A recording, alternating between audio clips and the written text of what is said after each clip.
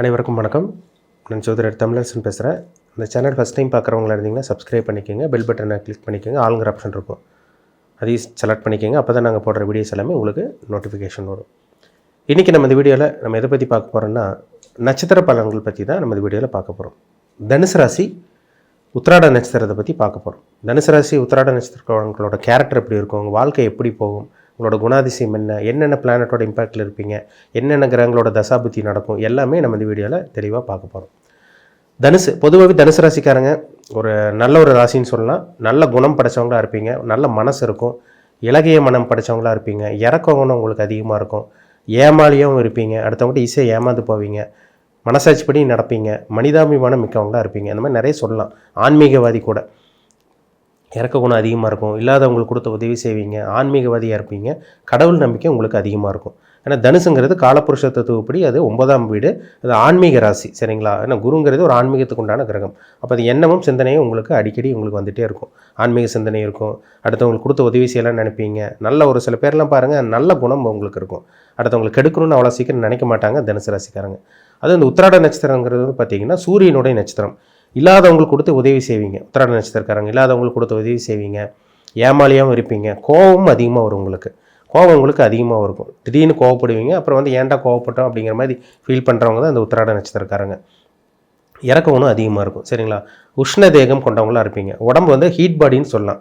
அடிக்கடி பார்த்திங்கன்னா உடம்பு உஷ்ணத்தினால் பாதிக்கப்பட்டு இந்த பிரச்சனையெல்லாம் கண்டிப்பாக உங்களுக்கு வரும். உஷ்ண சம்மந்தப்பட்ட வியாதின்னு சொல்கிறாங்க பார்த்தீங்களா, அந்த உத்திராட நட்சத்திரக்காரங்களுக்கு கண்டிப்பாக இருக்கும், சரிங்களா? நிர்வாக திறமையில் இருக்கவங்களாம் பாருங்கள், அந்த உத்திராட நட்சத்திரக்காரங்க தான். ஐடி ஃபீல்டில் இருப்பாங்க, நல்ல ஒரு பொசிஷனில் இருப்பாங்க, உத்திராட நட்சத்திரக்காரங்களாக இருப்பாங்க. இல்லை வேற ஒரு பிஸ்னஸ் பண்ணிகிட்டு இருப்பாங்க, இவங்களுக்கெல்லாம் நிறைய பேர் ஒர்க் பண்ணிகிட்டு இருப்பாங்க. இதெல்லாம் காரணம் அந்த உத்திராட நட்சத்திரத்துக்கு உண்டான அந்த அமைப்பு தான். என்ன காரணம்னா, உத்திராடம்ங்கிறது சூரியனுடைய நட்சத்திரம்.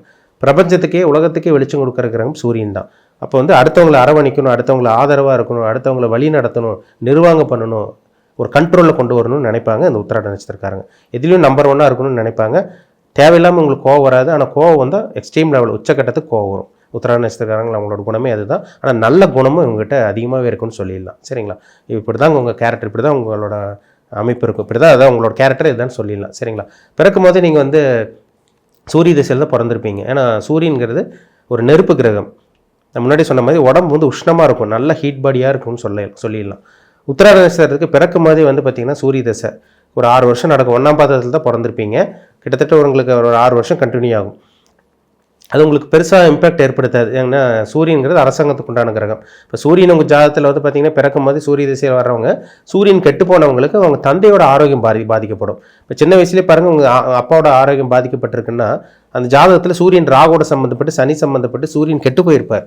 அப்போ உங்கள் அப்பாவுக்கு வளர்ச்சி இல்லாமல் இருக்கும், அப்பாவோட ஆரோக்கியம் கெட்டு போயிருக்கும். சின்ன வயசில் உங்களுக்கும் அப்பாவுக்கோட தொடர்பு, அதாவது வேறவங்ககிட்ட வளர்ந்துருப்பீங்க, இல்லை அம்மா பாசம் அதிகமாக உங்களுக்கு இருந்திருக்கும். சூரியன் நல்லா இருக்கவங்களுக்கு தான் தந்தை பாசம் சின்ன வயசுலேயே கிடைக்குதுன்னு சொல்லிடலாம். சூரியன் குருவோட சம்மந்தப்பட்டு, சூரியன் குருவோட பார்வையில் இருந்தால் சிவராஜ் யோகம் சொல்லுவாங்க.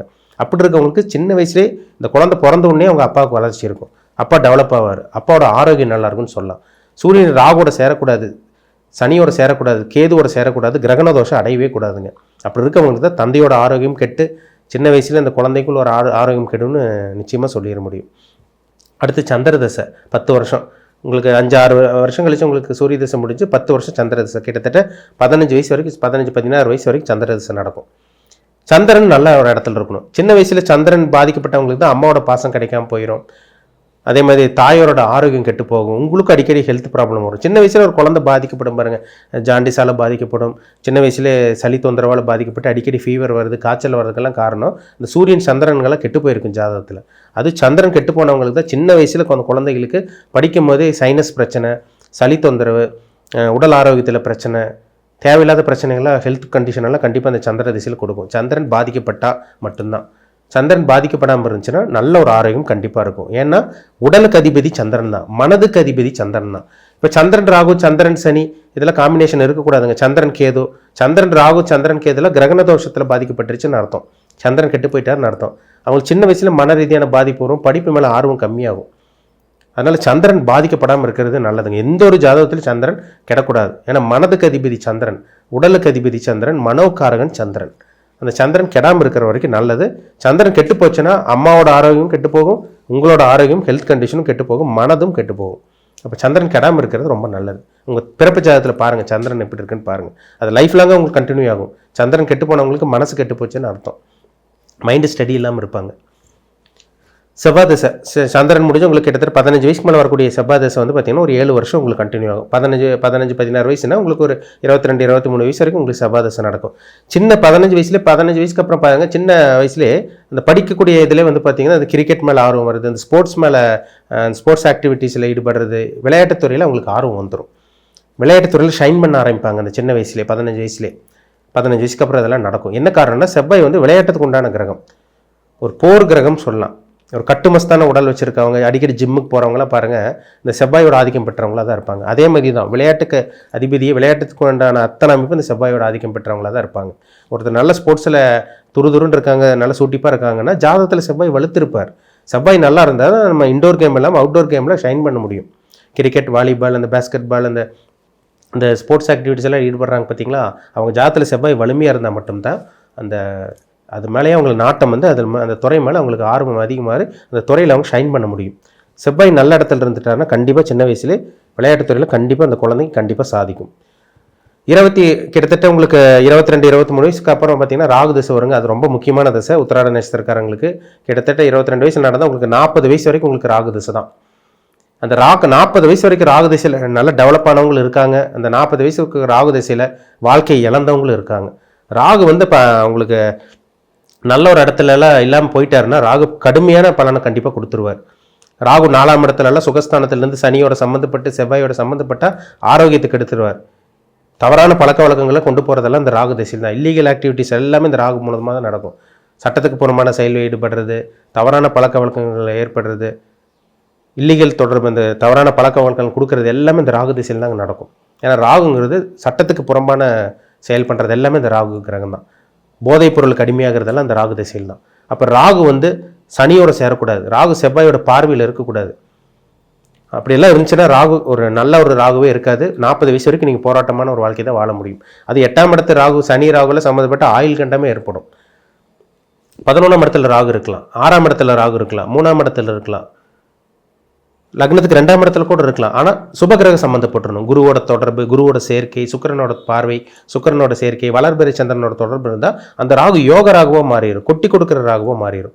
ராகு சனியோட பார்வையிலிருந்து, செவ்வாயோட பார்வையிலிருந்து, ராகு வந்து சூரியனோடலாம் இருந்துட்டாருன்னா அந்த ராகு திசை அவுட்டுன்னு சொல்லிடலாம். ராகு திசை 18 வருஷம் வாழ்க்கை வீண் பண்ணிடும். அப்போ உங்கள் பிறப்பு ஜாதத்தில் ராகு 3, 6, 10, 11ஆம் இடத்துல இருந்தால் அது நல்ல ஒரு ராகுவாக இருக்கும். கண்டிப்பாக அது சுபகிரக சம்மந்தப்பட்டாருன்னா அந்த 22 வயசுலேருந்து 40 வயசு வரைக்கும் நீங்கள் நல்லா இருப்பீங்கன்னு அர்த்தம். வெளியூர் வெளிமாநிலத்தில் போய் பிழைப்பீங்க, செட்டில் ஆவீங்க, வெளியூரில் போய் சம்பாதிக்கிறது எல்லாமே இந்த ராகு திசையில் தான் சம்பாதிச்சவங்க இருக்காங்க, உத்திராட நட்சத்திரக்காரங்க. ஒரு சில பேத்துக்கு ராகு ஒன்றுமே பண்ணாமல் இருக்கிறவங்களுக்கு இருக்காங்க, ஒன்றுமே பண்ணல. ஒரு சில பேத்துக்கு 40 வயசு வரைக்கும் போராட்டமாக இருக்கும். குரு திசையில் நல்லா இருப்பாங்க. என்ன காரணம்னா குரு சுபகிரகம் 16 வருஷம் தசை நடத்தும். 40 வயசுக்கு மேலே வரக்கூடிய குரு வந்து 16 வருஷம் தசை நடத்திடுங்க. நீங்கள் தனுசு லக்னம், மீன லக்னம், மேஷ லக்னம், சிம்ம லக்னம், கடக லக்னம், விருச்சிக லக்னம், இந்த லக்னக்காரங்களுக்கெல்லாம் குரு திசை யோகத்தை செஞ்சிடும். ஆனால் குரு 12ஆம் இடத்துலலாம் சம்மந்தப்பட்டு சனியோடு இருக்கக்கூடாது, ராகுவோட சேர்க்கை நெருக்கமான டிகிரியில் இருக்கக்கூடாது, கிரகணதோஷம் அடைஞ்சிருவார். தேய்பிரை சந்திரனோட குரு இருக்கக்கூடாது. குரு திசை ஒன்றுமே பண்ணாது, குரு நெகட்டிவாக தான் பண்ணும். அது ரிஷப லக்னம், துலாம் லக்னக்காரங்களுக்கு குரு திசை அவயோகி. கடன் பிரச்சனை, நோய் பிரச்சனை, வம்பு வழக்கு பிரச்சனை, அசிங்கம், கேவலம், விபத்தை சந்திக்கிறது, ஆக்சிடென்ட் ஆகுறது, மருத்துவமனைக்கு போய் அட்மிஷன் ஆகுறது, ஹெல்த்தில் பிரச்சனை வருது, எல்லாம் அந்த குரு திசையில் கொடுத்துரும். ரிஷப லக்னத்துக்கும் துலாம் லக்னத்தில் பிறந்தவங்களுக்கும் பாவகிரகம் சம்மந்தப்படக்கூடாது குரு. சரிங்களா? குரு சுபகிரகம், இயற்கை சுபகிரகம்.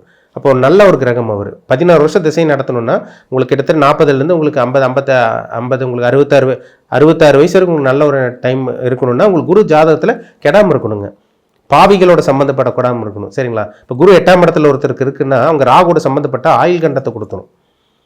அது மிதுன லக்னத்துக்கும் அதேமாதிரி வந்து பார்த்தீங்கன்னா கன்னி லக்னத்துக்கும் குரு பாதகாதிபதி. அவங்க 7ஆம் இடத்துல தனிச்சிருந்த பாதகத்தை செய்வார், நிறைய பிரச்சனைகள் கொடுத்துருவார் உங்களுக்கு. ஒரு சில பேர் திருமணமாகாமல் போகிற காரணமே அதுதான். குரு 7ஆம் இடத்துல தனிச்சிருந்து கன்னி லக்னத்துக்கும் ஒரு மிதுன லக்னத்துக்கும் குரு தனிச்சிருப்பார். எந்த ஒரு கிரகம் சம்மந்தப்படாமல் இருக்கவங்களுக்கு திருமணமே நடக்காதுன்னு சொல்லலாம். இது மாதிரி நிறைய விஷயங்கள் இருக்குது. சரிங்களா? குரு ஜாதகத்தில் கிடக்கூடாது, ராகுவோட நெருக்கமான டிகிரியில் இருக்கக்கூடாது, சனியோடு இருக்கக்கூடாது. அதே மாதிரி குரு அஸ்தமனம் ஆகக்கூடாது, நெருக்கமான டிகிரியில் 5 டிகிரிக்குள்ளே அஸ்தமனம் ஆகவே கூடாது. குரு செவ்வாயோடு இருந்தால் கூட பரவாயில்ல, குரு செவ்வாயோடு இருந்தால் கூட குருமங்கள யோகமாக உங்களுக்கு வேலை செஞ்சு அந்த வண்டி, வீடு, வாகனம் இந்த மாதிரி விஷயங்களை கண்டிப்பாக ஏற்படுத்தி கொடுக்கும். அதுக்கப்புறம் குரு தசை முடிஞ்சு சனி தசைங்க. கடக லக்னத்துக்கும் சிம்ம லக்னத்துக்கும் சனி அவயோகியாக வரனால சனி திசை வந்து உங்களுக்கு நெகட்டிவான விஷயங்கள் பண்ணும். 3, 6, 10, 11ஆம் இடத்துல இருந்தால் சனி அப்படியே உங்களுக்கு ஆப்போசிட்டாக நல்ல விஷயங்களை கண்டிப்பாக கொடுப்பார். சரிங்களா? எந்த லக்னத்துக்கு சனி வரக்கூடாதுன்னா, கடக லக்னத்துக்கு சிம்ம லக்னத்துக்கு சனி வந்து பாவகிரக சம்மந்தப்பட்டுச்சுன்னா 19 வருஷம் வாழ்க்கை வீண் பண்ணிடும். கிட்டத்தட்ட உங்களுக்கு அந்த 19 வருஷம் வாழ்க்கையை ஒன்றுமே இல்லாமல் பண்ணுறதெல்லாம் அந்த சனி திசையில் தாங்க. கிட்டத்தட்ட உங்களுக்கு 40, 50, 55 வயசுக்கு மேலே உங்களுக்கு சனி திசை வருது. கிட்டத்தட்ட உங்களுக்கு 74, 75 வயசு வரைக்கும் ஒரு சனி திசை நடந்துடும். அப்போ அந்த சனி திசை நல்ல ஒரு யோகத்தை பண்ணணுன்னா, உங்கள் ஜாதகத்தில் சனி நல்ல ஒரு இடத்துல நீங்கள் மகர லக்னமாக இருந்து, கும்ப லக்னமாக இருந்து, ரிஷப லக்னம், மிதுன லக்னம், கன்னி லக்னம், துலாம் லக்னம், இந்த லக்னக்காரங்களுக்கு சனி யோகத்தை செய்வார்.